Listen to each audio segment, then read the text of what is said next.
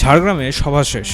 হেলিপ্যাডের দিকে এগোনোর সময় আচমকা থমকে গেল প্রধানমন্ত্রীর কনভয়। পড়ন্ত দুপুরে গাড়ি থেকে নেমে মোদি চলে গেলেন ছোট্ট এক চিলতে দোকানে, কিনে নিলেন ঝালমুড়ি। তারপর সেই ভিডিও দেখল গোটা পশ্চিমবঙ্গ তথা ভারতবর্ষ। আর রাজ্যের ভোটমুখী রাজনীতিতে নতুন করে দেখা গেল ঝালমুড়ি নিয়ে রমরমা। কামারহাটির মদন মিত্র হোক বা ব্যারাকপুরের শম্ভু দাস, ঝালমুড়ি দিয়েই হলো প্রচার থেকে প্রতিবাদ। প্রধানমন্ত্রী যখন ঝালমুড়ি ব্রেক সারলেন, পিছিয়ে রইল না তৃণমূলও। সোমবার কাউন্সিলর শ্রীতমা ভট্টাচার্যকে সঙ্গে নিয়ে ঝালমুড়ি খাওয়াতে ময়দানে নামলেন কামারহাটির তৃণমূল প্রার্থী মদন মিত্র। খোঁচা দিলেন মোদিকে। মোদি যত আসবে আমাদের হারানো যৌবন তত ফিরে আসবে। উনি যতবার এই মুড়ির দোকানে গিয়ে নাটক করবেন, পরের দিন থেকে আমরাও সকালবেলা বেরিয়ে মুড়ি খেতে থাকবো।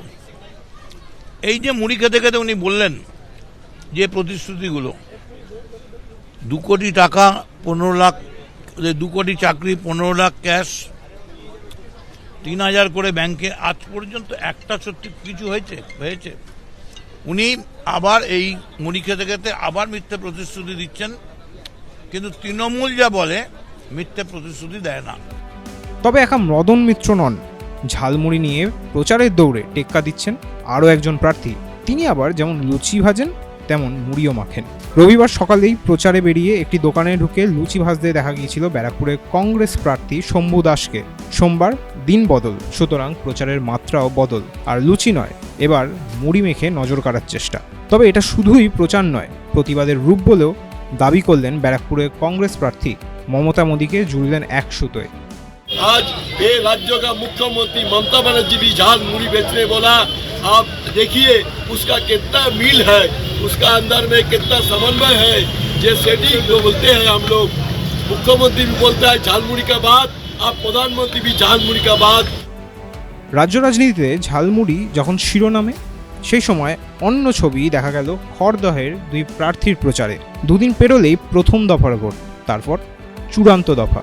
হাতে সময় খুবই অল্প।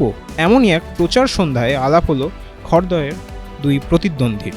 একজন বিজেপি প্রার্থী কল্যাণ চক্রবর্তী, অন্যজন তৃণমূল প্রার্থী দেবদীপ পুরোহিত। ময়না বিধানসভা কেন্দ্রে আবার ভোট প্রচারে বেরিয়ে অস্বস্তি বাড়ল তৃণমূল প্রার্থী চন্দন মণ্ডলের। তাকে ঘিরে উঠল চোর চোর স্লোগান, বিক্ষোভের মুখে পড়লেন প্রার্থী।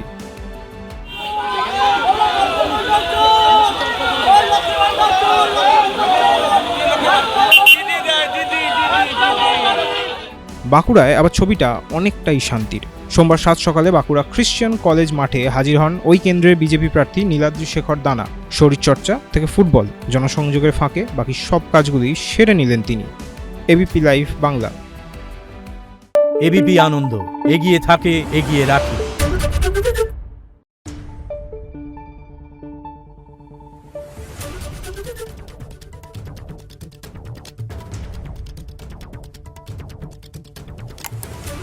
Thank you.